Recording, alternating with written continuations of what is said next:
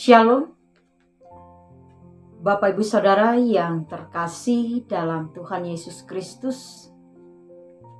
Salam sejahtera bagi kita sekalian. Semoga kita selalu ada dalam kasih, pemeliharaan, dan penyertaan Tuhan.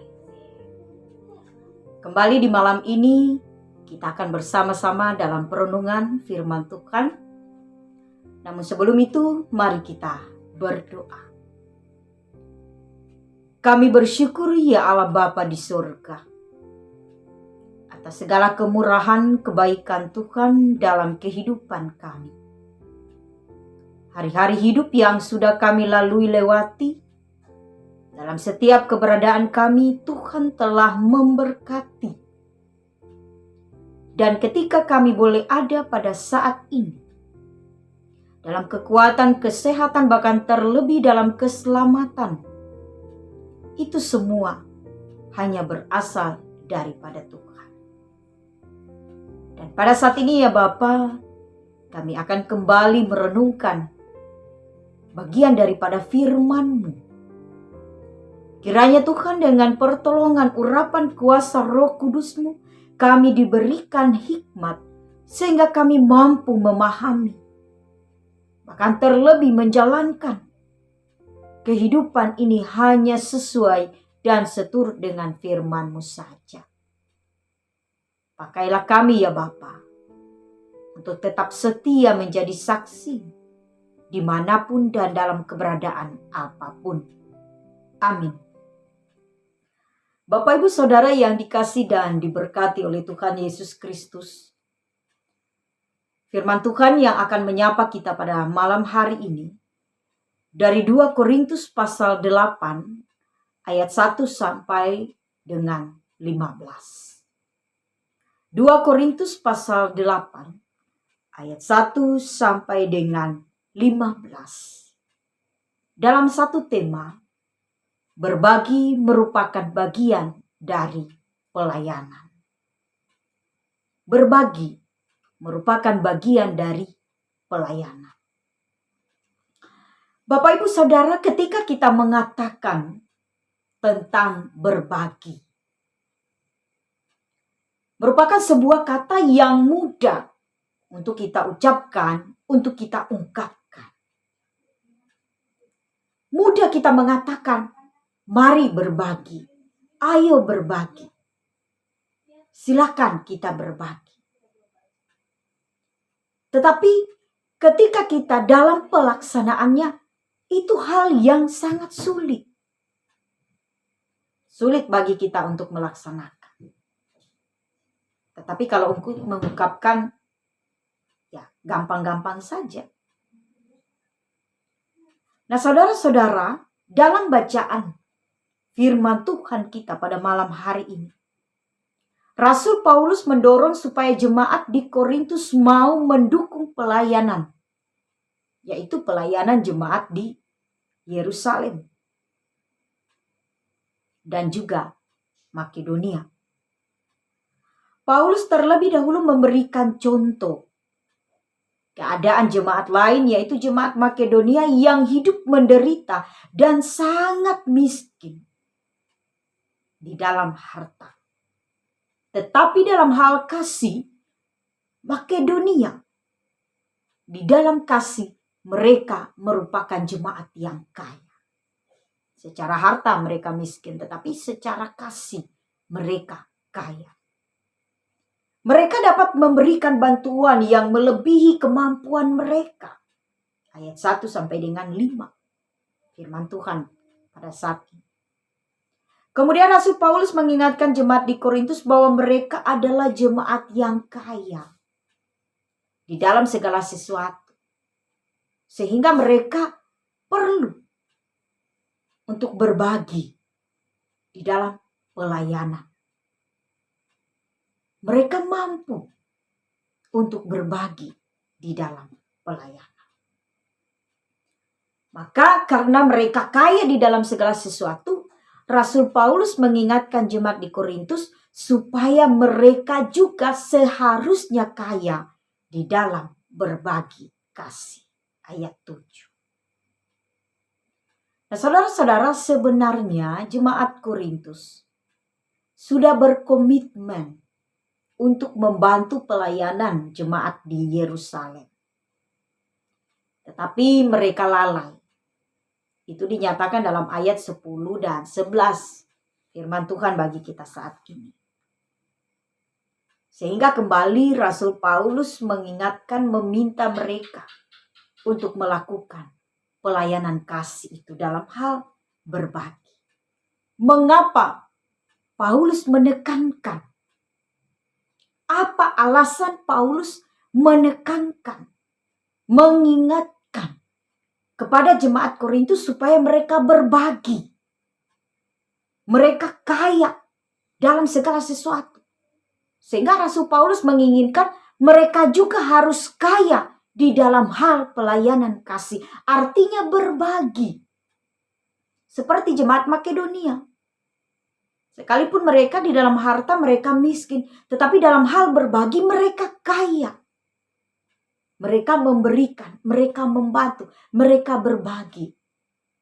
Sesuai dengan apa yang ada pada mereka. Artinya sesuai dengan kemampuan. Tidak yang paksaan. Mengapa?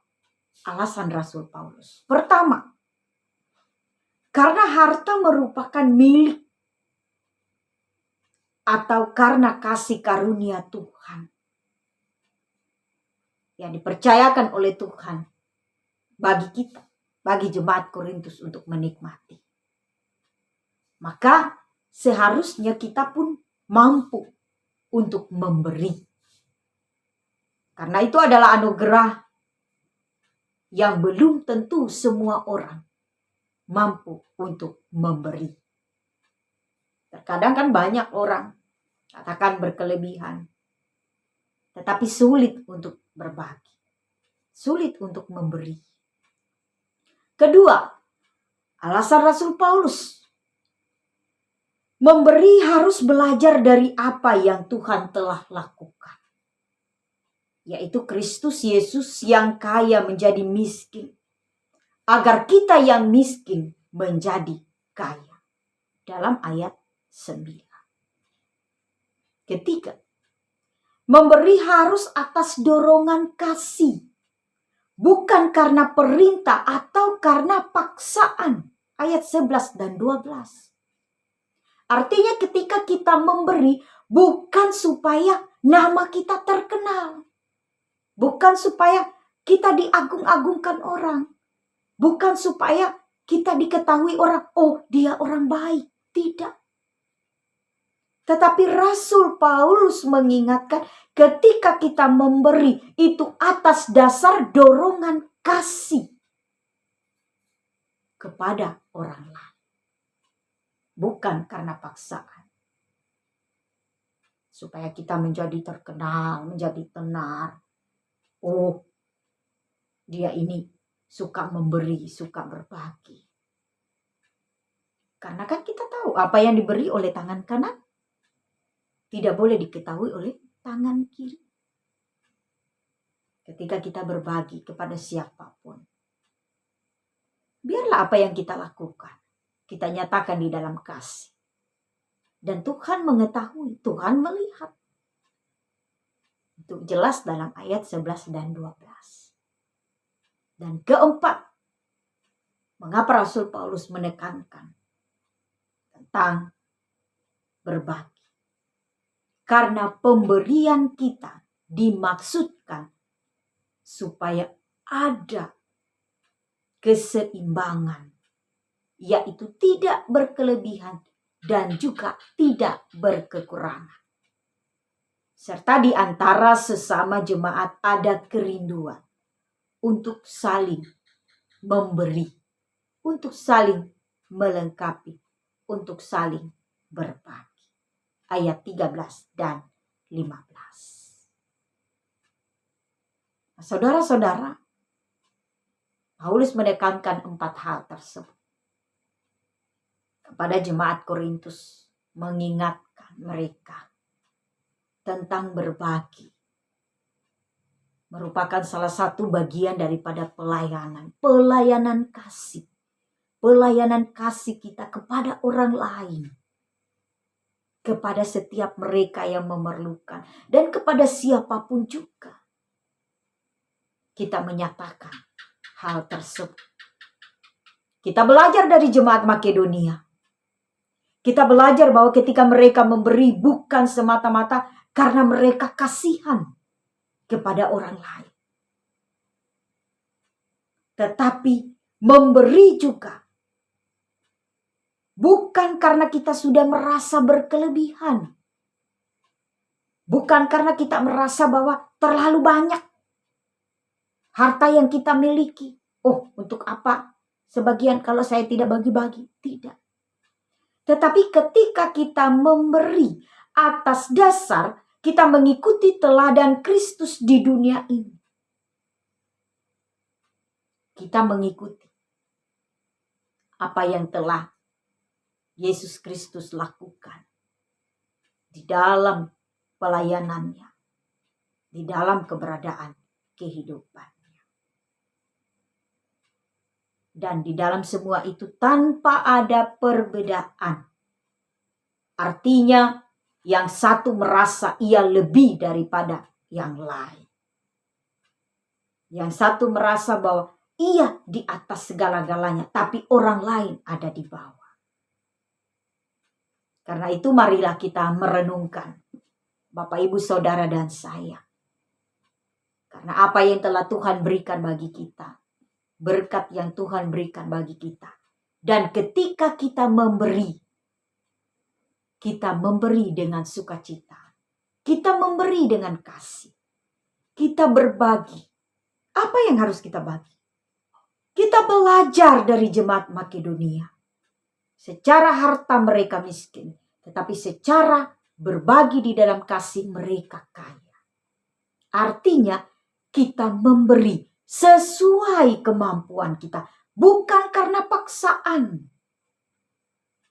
Bagaimana kita bisa memberi jika hal itu tidak ada dalam diri kita? Bagaimana kita bisa berbagi jika hal itu hanya sebagai angan-angan?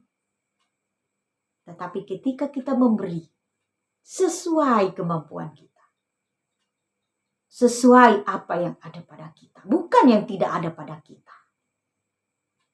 Apa yang telah Kristus berikan ketika ia dalam masa-masa pelayanan. Memberi makan 5.000 orang. Tidak hanya sekedar memberi makan. Tetapi juga apa?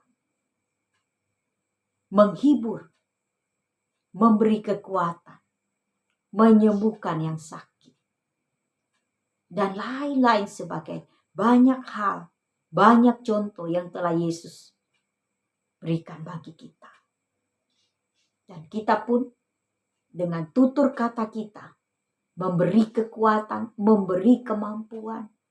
Dengan sikap kita, tingkah laku kita. Tanpa membedakan siapapun juga, siapa mereka. Itu sudah salah satu contoh. Kita memberi, kita berbagi. Melalui tindakan, melalui tutur kata. Bahkan kita menjadi pembawa damai. Menjadi pembawa kasih dimanapun kita berada. Dan ketika kita menyatakan, kita memberikan berkat itu kepada orang lain. Yang telah kita terima dari Tuhan, merupakan wujud nyata kita juga. Sebagai ungkapan syukur, karena Tuhan telah menyertai, telah memberkati, dan terlebih memberikan saudara dan saya keselamatan di dalam Kristus Tuhan. Mari Bapak Ibu, kita berbagi. Kita berbagi di dalam kasih, kita berbagi di dalam Kristus Tuhan. Apa yang ada pada kita, bukan yang tidak ada pada kita. Tuhan Yesus memberkati saudara senantiasa saat ini dan sampai selamanya. Amin. Mari kita berdoa. Terima kasih Bapa atas firman-Mu yang kembali boleh menyapa kami pada saat ini. Firman-Mu yang kembali mengingatkan kami dalam keberadaan kehidupan sebagai orang percaya. Biarlah kiranya Tuhan kami benar-benar boleh menyatakan wujud kasih pelayanan kami, dimanapun kami berada dan dalam keadaan apapun juga. Terlebih kami berbagi melalui sikap hidup, tutur kata, tindakan tingkah laku kami, yang semuanya hanya demi hormat kemuliaan bagi nama Tuhan saja. Mampukan kami Tuhan untuk dapat menyatakan, untuk dapat melakukan semua itu. Karena kasih Tuhan, sehingga Tuhan boleh hadir di tengah-tengah kehidupan kami untuk menyelamatkan kami. Maka demikian juga kehadiran kami sebagai orang percaya dimanapun kami berada. Kami boleh menjadi pembawa berkat. Kami boleh menjadi pembawa kasih. Bahkan terlebih kami boleh menjadi pembawa damai dan sukacita. Dalam nama Yesus Kristus, jadilah kehendak Tuhan yang agung dan mulia itu. Amin. Shalom.